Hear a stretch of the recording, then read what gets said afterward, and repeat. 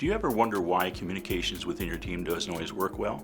Maybe you aren't asking the right questions. We work with a consulting firm that teaches you how to ask the right questions with the right language and how to interpret the answer you received. Doug Krug runs the Institute for Unlearning, and one of his books, The Missing Piece of Leadership, is one that we recommend for all management teams. His firm helps leadership teams become much more effective. Humans respond best to good questions, but the art of asking good questions is not universal. Sinek is famous for saying, "Always ask why." So do 5-year-old kids. Sinek wants to know your purpose for taking an action, but a 5-year-old wants to know what they need to do. Doug's team takes the process one step further. Asking why assumes that a decision has been made or an action taken that needs to be justified.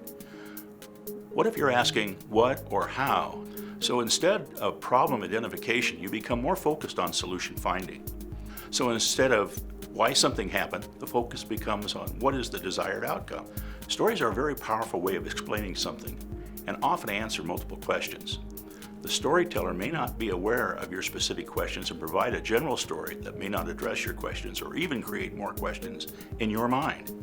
It is important for you to frame your drill-down questions and process to the story just told to encourage conversation within that context. An example of what's on your mind can have any number of answers. However, asking, "What are your thoughts on President Trump's tweet this morning?" will get a much more specific answer. The passion behind the response may also tell you about their political views without asking another question.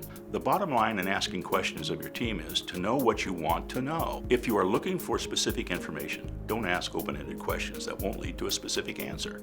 You can also ask your question in a neutral way that is not threatening and avoids putting the responder in a defensive mode.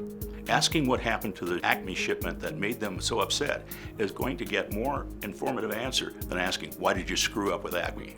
Make sense? Do you have a questioning process that you find effective? Do you have communications ideas that work well within your team? We would like to know these, so please give us a call.